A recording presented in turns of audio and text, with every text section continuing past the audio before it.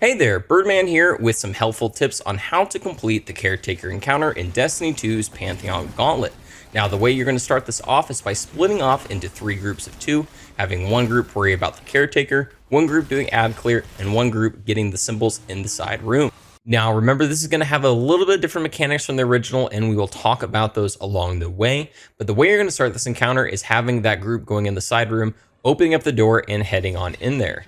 These 2 guardians are essentially just going to be picking up symbols that they are seeing around the room and taking them back out and clearing the totem that is going to be visible, having all of those different symbols there. You can see on the screen right now a list of all those symbols and appropriate callouts for those, but essentially it's pretty easy just to look at them and realize what they're going to be.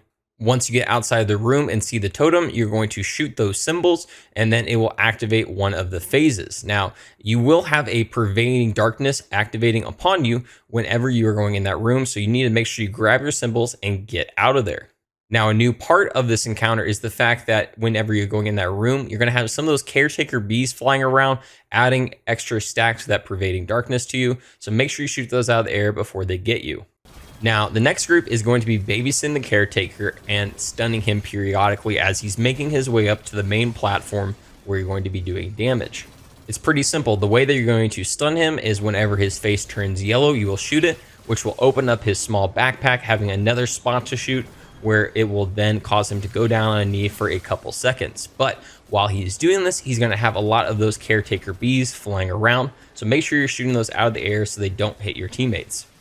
Now, the final little part that is new for this encounter is the fact that whenever you're doing this, you're going to have some Taken Centaurians and Taken Phalanxes coming at you, so make sure that you take care of them in between those times when he is stunned.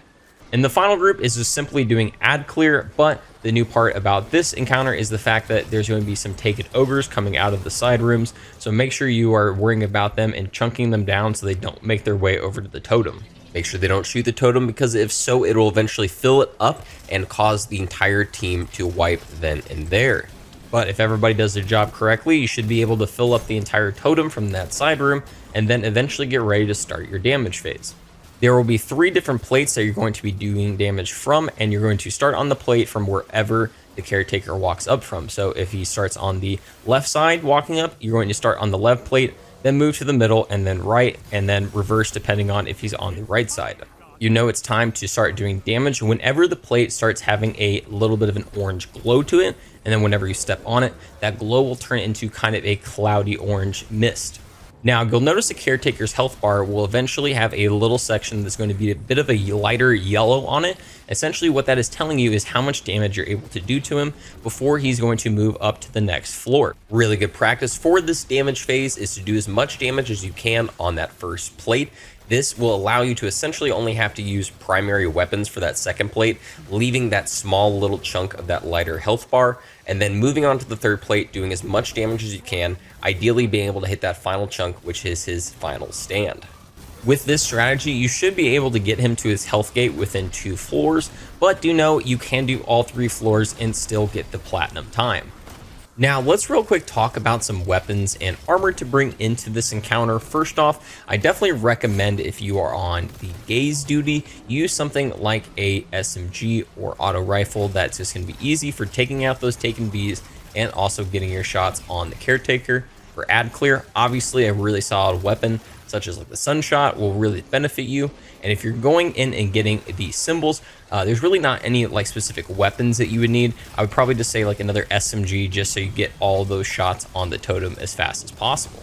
Now, when it comes to the armor that you should be putting on for Hunter, I would recommend something like a Celestial Nighthawk or Star Eater Scales to really get benefit out of your Golden Gun. For Warlock, Apotheosis Veil or Phoenix Protocol is a really solid option for your well. And then for Titan, I would say something maybe like the Pyrovale Gauntlets or the Ursa Furiosa, so that you're able to get large ignitions or just shield your teammates.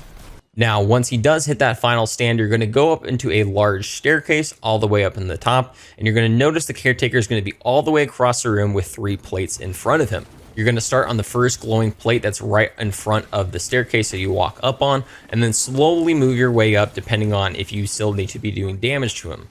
Do you note the closer you get, the more damage he's going to be outputting towards you, so make sure you're doing as much as you can in one of those first 2 plates.